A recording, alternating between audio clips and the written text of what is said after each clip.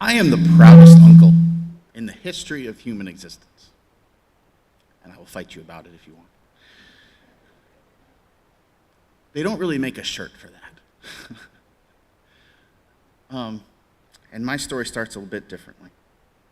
Mine starts on a Sunday night. I'm someone who's struggled with the Sunday scaries in the past.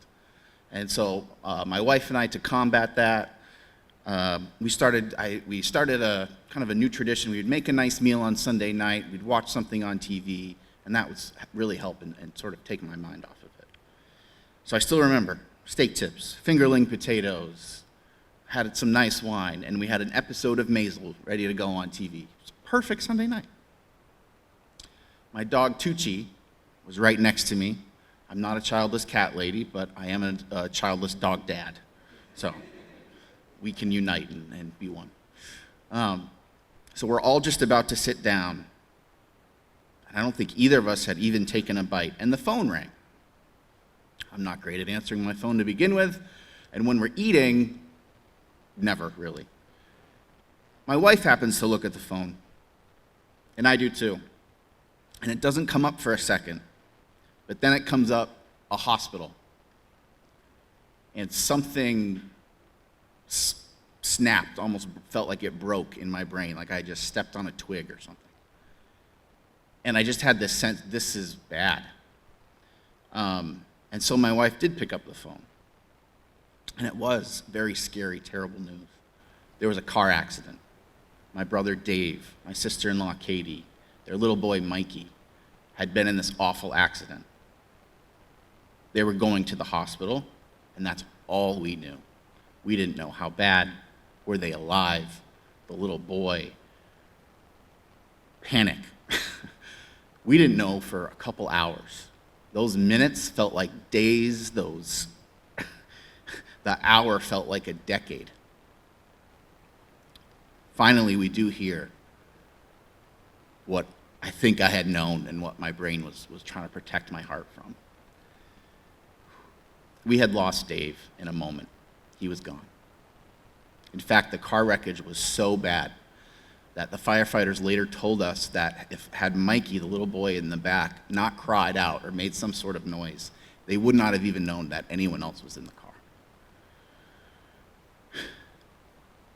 And so now we have to get to a hospital, already knowing we've lost one family member and we don't know the status of these other two. Katie, my sister-in-law, had a horrific gash in her head. She was in and out of consciousness. She had shattered her arm. Mikey somehow, miraculously, had some bruising, but was otherwise okay. Traumatized for sure, but physically, he was okay.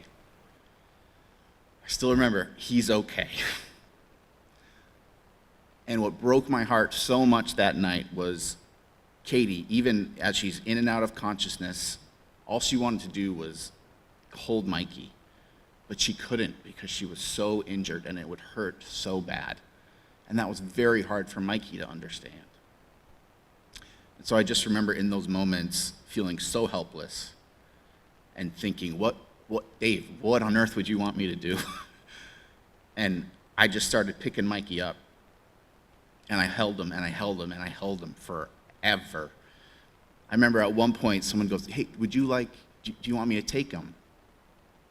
I think I think it was like a nurse or something. I shot this person, I think, daggers through my eyes of like, are you kidding me? Like, I will hold this kid until the end of freaking time. Like, I will figure out how to grow new arms when they get tired. It doesn't matter.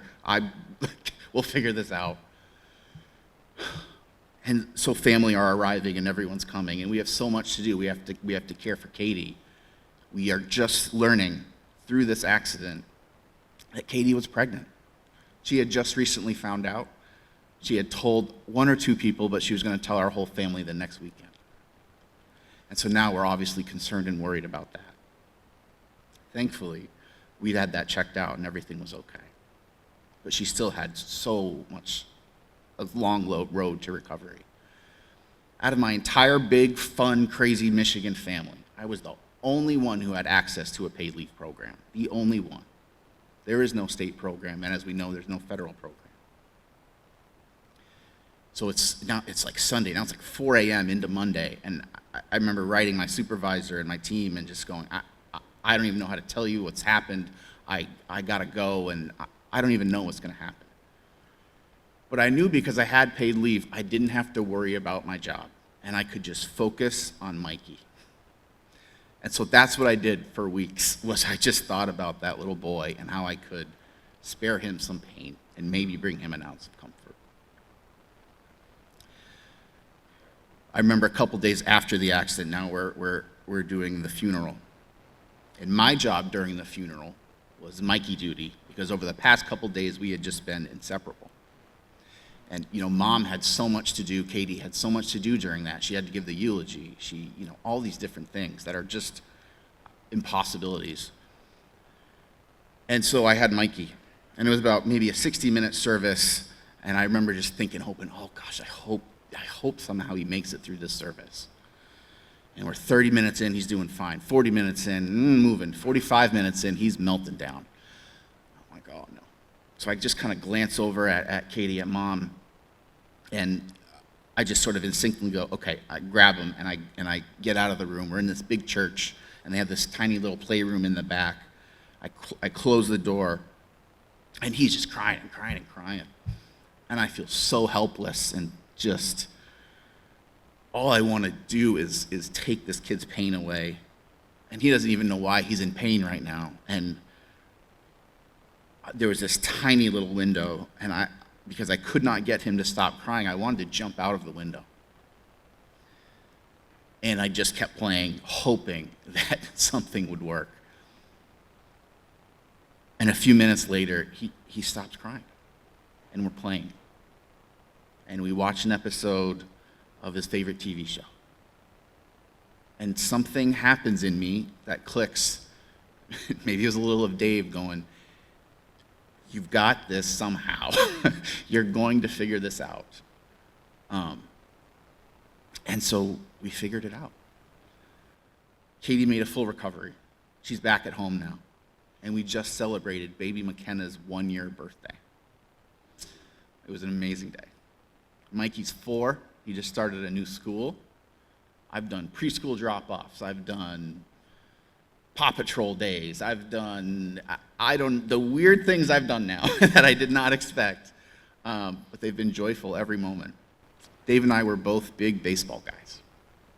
It's one of the things we bonded over. And I got the opportunity to take Mikey to his first Major League Baseball game. I would have loved to have done that with Dave, but I know he was happy that we did that together. When McKenna was born, I was able to take her home from the hospital. I was the one who walked her out of the hospital. I'll never forget that.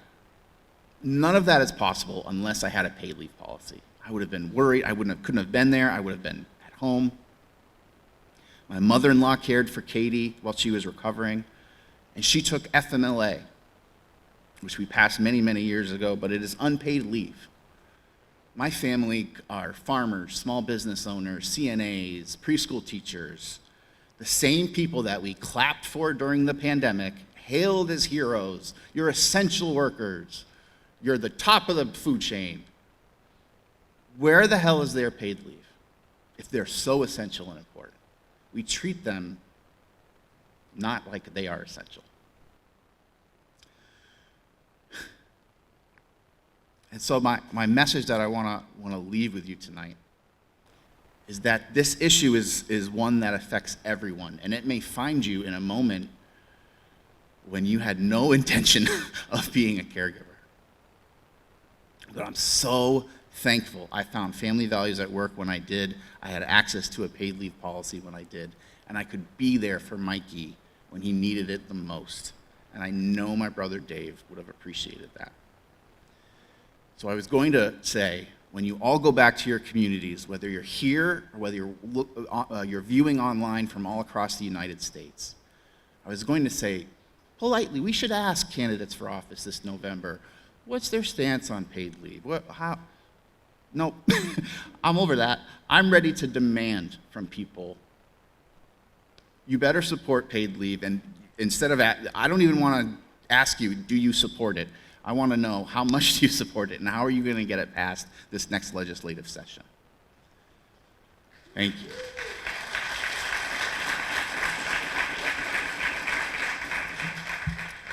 So when we leave here tonight, I hope you leave inspired. I know I am.